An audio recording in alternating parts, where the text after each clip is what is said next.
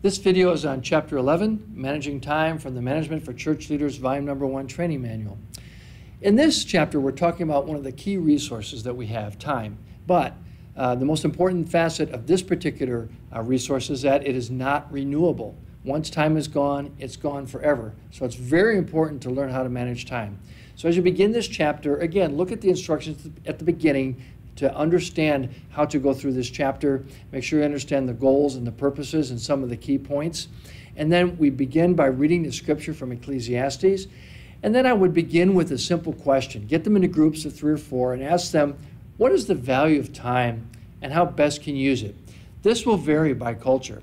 For example, in America, people are very conscious of time, but in Africa, time has a different value. So you want to take that into account. But no matter what the culture is, everybody seems to want to get more out of the time that they have.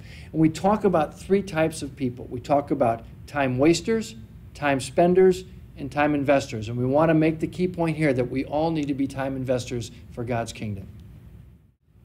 Like every other chapter, the first thing we begin with is talking about the importance of managing your time. Now, as I mentioned, in some cultures, managing time isn't as important, and you're not always in control of your time. So what we want to emphasize here, that if you want to learn to manage your time, what you're really doing is trying to be more effective with the time that you have. So we give some things here and some reasons why it's important to manage time. For example, so you don't waste time, so you can get more things done, and that you can focus on the things that are really important. The next thing we want to discuss is some principles of time management. And we give 6 principles here. But the important thing here is that time management is all about priorities. When people tell you they don't have time, that's not true. What they really mean is they have something more important to do with their time than what you're asking them to do. Because it's all about priorities. And the secret to time management is making sure you organize your priorities properly. So we go through some of these principles. We teach you about decision making and how to organize decisions, how to get more efficient with your time. But essentially the bottom line is we want to teach leaders how to become more effective with the time that God has given them. Finally, we want to talk about how to manage your time. And we give some steps that they can go through to learn to manage their time effectively. Things like organizing their day, making to-do lists, learning how to be efficient about not spending time on things other people can do, how to manage effective meetings, because meetings can be an amazing time waster.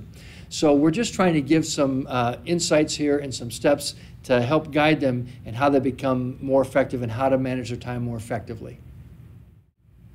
The last thing we do in this chapter is just tell them about 2 tools, or give them 2 tools for time management. One is the to-do list, just writing down what you have to do that day. The second is a timesheet, and there's a timesheet in the manual.